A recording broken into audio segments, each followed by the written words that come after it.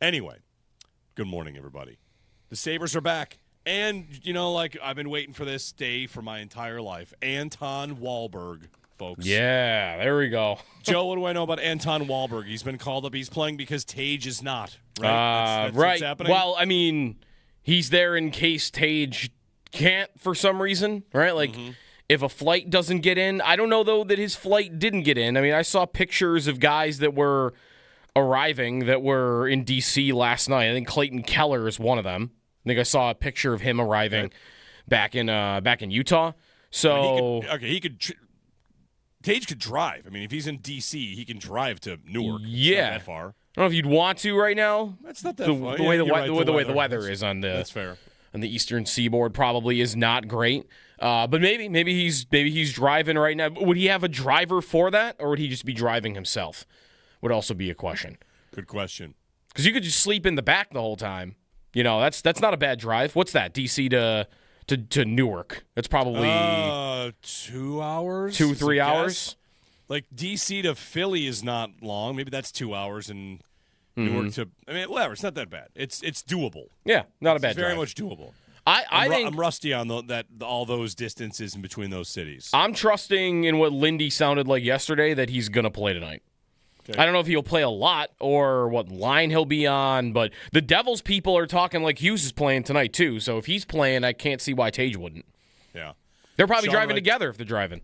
Sean writes in the chat, give the man a day off. Yeah, yesterday was his day off. Right. He decided to spend it how he wanted to spend it. That's your day off. Right. And now maybe, you're back to work. Is Jack Hughes going to be there?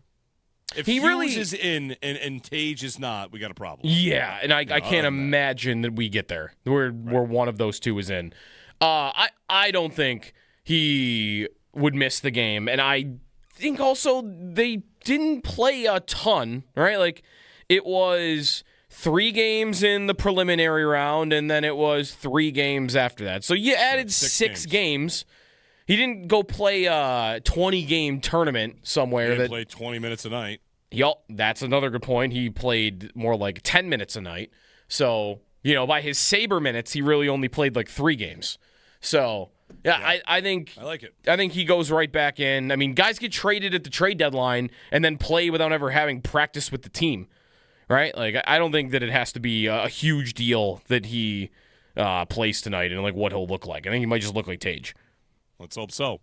They're going to need him. I saw a number on the Sabres that you tell me how scary it should be. I saw a rolling average of their expected 5-on-5 percentage. Okay. Right, that's a lot of words. That is. Right? It's a lot of words. 10 rolling averages at 6:07 in the morning is always dangerous. It's true. 10-game rolling average, which basically means instead of spiking like this up and down, it's how are you playing in your last 10 games. Now, of course, they had a 10-game win streak. Then they followed that up by going 10-3-1, and then they kind of played bad against Pittsburgh. That might be about it. Yeah. They in Florida and Tampa, it was okay. You were hoping to get out of there with another point, whatever. The point is, their 10-game rolling average of 5-on-5 of expected goals for is in the toilet right now. Yep. And there's a little bit of a, hey, when they get back, they got to be better if they're gonna make it. We've spent a lot of time in the last 2 weeks saying, if they go 500, they'll be okay and they'll make the playoffs. And they probably need about 27 points to feel really good in 25 games. And that should be doable, of course, for a team that's played as well as they have. But it feels like a big game already because that Florida trip is always daunting, and I want to get 2 points on the board because, well, I'll just say it. Joe, on opening face-off every night they play, I am immediately in get-a-point mode. Is that wrong? I need to get 27. No. They have 25 games. If they were to go to overtime in every game, they would definitely make it. So, yeah. I'm telling you now, I'm going to be in get-a-point mode at the opening face-off because I'm so stressed out about them making it. Yeah, I'm mostly the same. It might be dependent on who they're playing that night. Like, there would be a couple of teams that when they played Detroit at the end of March, I might be thinking, I don't want to give them one because I want their spot. I want a top 3 spot and not have to play Tampa. That depends where you're at, though. If you are 3 points up on a playoff spot and you tell me, all right, it's operation get a point and then figure out the second one after, I'm good. But if I'm like 7 points up at that point or 6 points up and I want top 3 instead of having to go to Tampa in round 1 and my playoff odds are still 90%, then I'm going to want to deny them a point. I want to gain one on them at the same time. There would only be probably 2 teams like that, though. And I was there. I mean, they were 8 points up? They were 9. 9 points up at one point. When they were there, I was much more in the mental space of, okay, they are going to get in. I want to see them get a top 3 position because of the difference that would make. And they fell back a little, and if they don't gain any more than what they're at now, 5 points, when they're in like the 3 to 5 point range, it's okay, just get in, break the playoff drought, make sure you get in. I don't even care what it is. Anything that's 6+, I got that comfort level where I feel like I'm allowed to, I'm then permitted to worry about the seeding. Is that the right number for that? 6 points, and then you can worry about the seeding? Or does it need to be even higher than that? I'll worry about the seeding when they're in.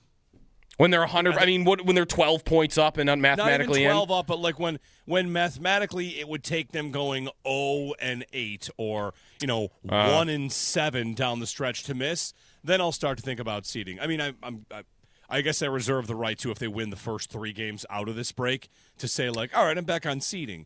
Yeah. But they have to make it. They really have to make it. I've seen a little bit of, if they don't make it this year, and I don't agree with this. But They'll if they never make it? Well, I certainly don't agree with that. But if they were to make it this year, fans would feel like it was a rug pull, like it was phony. And I don't know if I agree with that either. Like, I feel that Joe Brady said something yesterday that I did not agree with, that I do think can apply to the Sabres. He said it's year 1. And I do not think it is year 1 for the Bills and a new build, really. I don't agree with that. I understand the concept. Maybe we'll get into that. With the Sabres and with Jarmo, it's year 1 of Jarmo, and I understand, like, these concepts are the same. Someone from within was elevated, and it's their job now. But with Jarmo, I feel like he's done it before. He's got the chops. If they missed by a point, I don't think they would add a third pair defenseman and some other guy I've never heard of and think that's enough, right? That's what Kevin Adams did when they missed by a point. Their offseason was nothing. And I think that we can kind of treat them like a real team again. I really think we are there on that. Making the playoffs would allow it so I don't have to convince anybody of that. It would just like there'd be an actual accomplishment to talk about. Yeah, no, I do. I definitely hear that. Like, Jarmo's presence makes me more confident about the future, even if they were having this season with Adams at the helm. Like, honestly, if they were having this season and they had not fired Adams, I would be excited and feeling like, okay, good, great. And at the same time, there'd be this little devil on my shoulder that says, yeah, but this is going to give Adams 5 more years of the job. And I don't know how worried I should be about that. Someone that's not qualified for it getting permitted to do it even longer. The fact that Jarmo's the GM, I feel like they've got a guy that can actually do things, make trades, sign free agents, not be afraid to do it, build a real hockey department, and he's kind of already done some of that. I mean, the hockey department part of it, probably more than anything. So him being there gives me a confidence. I guess when figuring out like what they're doing is, I don't know if real is the right word or sustainable, just like, is this bankable going forward? Like, are they just this? Because you mentioned the expected goals numbers. That could worry me. They've been outshot a lot in some of these games. Their goaltending has been great. They're 31 goals saved above expected between their 3 goalies this year. Like, oh, what do they look like if that doesn't happen? And they're around 0. They're on the even average track for that. What do they look like? And that might look bad, but the other teams around them are in the same position. Sure. Like, right now, I look at their season totals and their, like, expected goals numbers, and who are the 2 teams right around them? Detroit and Montreal. Like, the other 2 teams in the division that are within 2 points of you right above you. Like, they have the same deal. And Boston is even lower. They're like, the Atlantic is seen as being so good this year because everybody's been winning all these games for 2 months, and the but on the Sabres with some of the advanced numbers exists with all of those other teams that are winning too, except for the Lightning. So that kind of gives me a confidence too, is maybe the division actually isn't this good as a whole, but everybody is getting these results, and if I'm just a part of that pack, then like I can make the playoffs this year, just having that be the case. We've talked about how they're more of a quality shooting team than a volume shooting team anyway. So, like, when they look at their shooting numbers, I'm not really that concerned about that. Like, really the only thing about them that really would concern me is their goaltending going to hold up after this break and play at the level it has? Again, 31 goals saved above expected this season. If they're league average, what are they as a team? They're probably still getting in the playoffs, but they might kind of put yourself in danger of actually have that happen. So I like them. I like their chances. I think the division, you could say the same things. And I do think Jarmo being there, like, if he does something big at the deadline, especially, like, that's your warning shot that, okay, no, this guy is different than what we've been dealing with. He did, like something big. He did, of course, say the thing that I hated that he said in his introductory press conference, which is, I'm not going to do something crazy to make it. Like, he poo-pooed the idea of making it being an accomplishment. And it was easy to say the day he got the job. Now you're in a playoff spot and favored to make it where, before, when he got the job, what were the chances to make the playoffs? Probably like 20%, 12%. It felt impossible. Mm-hmm. Back when he got the job, when we had the Tuck conversation, you had to say, if they're in contention, they should keep Tuck as their rental. And plenty of people wanted to say, no, you got a deal for the future. He's old. Now you're in a spot. Tuck has said the C word, the cup. Mm-hmm. It's a totally different atmosphere and environment from when he got the job. So I don't know if he's going to speak with the media anytime soon, but I would like to ask him again, like, what's the value of making it? I'd like to, in 3 months ago, 4 months ago, you kind of talked about it as if it's not that big a deal for making it, because for most franchises it's not. Yeah. Here it is. I mean, it's a big deal if they make it. Yeah, definitely. I think, though, that maybe you would say it's more likely that they would make a big move at the deadline because of where they are. It wouldn't be maybe for him about just getting in. It would be about, I'm going to go win a couple of rounds and make a run because my team is in a good, comfortable position, and now that I already am thinking about making it, like looking like I'm going to make it, now these trades are about what I'm doing once I'm there. Like, what he said when he got the job would tell me that if they go trade for Robert Thomas at the trade deadline, that Jarmo is not thinking about that move as a get in the playoffs move. He is thinking of that as, I'm going to make a run type of move. And I think that would be the case with almost anything he would do if he's holding to what he said. I mean, that would say to me also that if they were 4 points out, that, I don't know. I don't know if I need to make something here. 6 points out. I don't know if I need to do something here because I don't think this team is worth it.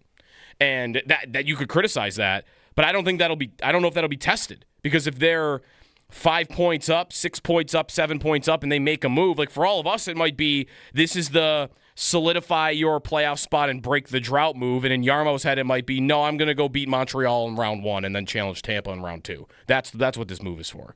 Yeah. 803-0550 on the Sabres, if you want it. I wonder how intense it'll feel tonight when they play New Jersey, 7 o'clock face-off. We also had the Sabres announce a game coming up against Boston in March. It got moved to a 7:30 face-off because that's going to be on TNT. Look at the Sabres. Is that getting flexed in? I think it's flexed in. I think that's a flex. I think it is. That's Sabres, Bruins, national playoff TV race, TNT getting flexed in. They are a pick'em tonight against New Jersey. On the road. That's good. On the road, yep. I mean, I can't imagine any sort of advanced statistics that would tell you anything other than that. Like, actually, 61% New Jersey tonight. There's 2 teams back from break on the road in New Jersey on a Wednesday. Right. Like, whatever. Go win it. Get goalied. Especially get forwarded. Especially tonight, because I mean, if you are nervous about like what a Florida trip could be result wise, I don't know if we should still be doing that with Florida. right now with the Panthers specifically. But if you want to return to the mindset of, like, I'll take 2 out of 4 against Florida and Tampa, then three out of 6 in these 3 games is what you need. 3 out of 6 before returning home to play Vegas. Yeah, 3 out of 6. All right, well, if you do that, then you win tonight, and all I got to get is 1 out of 4 against Florida and Tampa for that.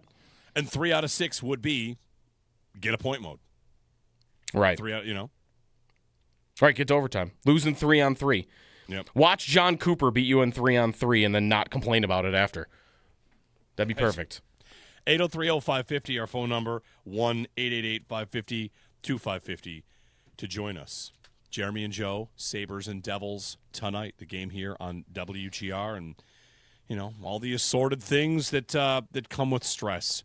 I can remember Marches and Aprils of the last 14 years stressed, and there were not that many times it happened. Meaningful games in March, right? Meaningful games in March. I mean, it's February 25th. We're actually going to get meaningful games in March and then April. I can remember 2 games I'll give you. One is one of the Levi games, right, where he's standing on his head like he was a million times. Like, that was a stressful run. Yep. And then the year that they make it, Enroth is in that. When Enroth makes the helmetless save in Carolina. Oh, yeah. That's one of those years where I'm stressed. Are they going to make it? And I think they did. I think that's actually the last year that they did make the playoffs. That's 11. And isn't Enroth playing a lot down the stretch there? Because that's where Lindy actually utters the phrase 1A, 1B. Yeah. But wasn't that only happening because, or do I have my years mixed up here? Isn't that the year that Scott Gomez ran Miller behind the net and injured him? That sounds right. I just know that I was very much a believer in what Enroth was doing. I mean, Enroth was whatever. He had a nice little career, of course, and he was small, so people wondered about him. But when he came up with the Sabres, he was pretty good, and he was integral to them making the playoffs that year. Yeah, I'm looking back at the standings on March 1st, year over year, and that year, the last year they make it, they're not in a spot going into March. They're close. They're 2 points back. But they weren't in a spot yet. Maybe they were still digging themselves out from, they didn't have a good first half of the year, but they weren't in a spot then. The 22-23 season, they weren't in a spot. They were 3 points back going into March. So honestly, 15 years since they've been in a playoff position in March, going into March, is probably going to be right. That year they needed every game, didn't they? Oh yeah. The last time they made it, or did they have it going into the final? Was there one more game after Fan Appreciation Night? Because that's when they clinch. That's a good question. Maybe there's one more game after that. That wasn't the final game of the season, I don't think. I think when we remember that, we would remember this game is to make it. This is the season tonight. I feel like that would have been remembered, but maybe I'm wrong. Yeah, it's a long time ago. Yeah, they were in a spot in 2010. That's the last time I think they were in a spot going into March. And most of these years, they're 8 points back, 12 points back. 2010, holy cow. Yeah. Well, excited for it. New Jersey, and then the Florida trip, and then back home for Vegas. Betting odds, they're minus 350 to make the playoffs. If you wanted to bet that right now. It's pretty good. Minus 350. Minus 350. I like that. I don't bet things that are minus 350 because I think it's not worth it. So they have the 5th best odds to reach the stand to win the Eastern Conference. You want to predict who the 4 teams above them are? Jeez. All right. It's going to be Tampa, Carolina. Yep. Montreal. Yep. By barely. Yeah. And then this one, which is a little funny. Is it the Islanders? Nope. Okay. Is it Pittsburgh? Nope. Boston? Nope. You should tell me it's Detroit. And you got a guess? Nope. Not Detroit. Carolina?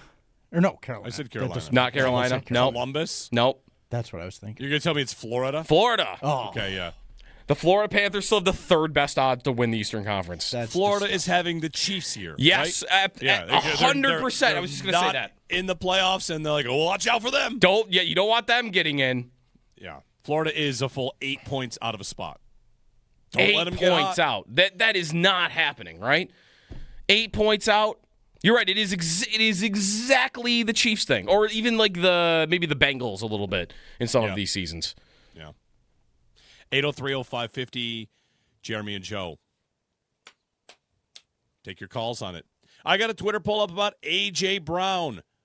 I challenge you to find a story about A.J. Brown that does not include a suggestion that he should get traded to the Bills. There's another one today at NFL.com. You think it's a good idea? We'll get you what they said in that article, that piece. We'll kick around some trade ideas. We heard from Joe Brady and Brandon Beane at the Combine yesterday. We'll talk it over with you. A.J. Brown, yay or nay, here on WGR.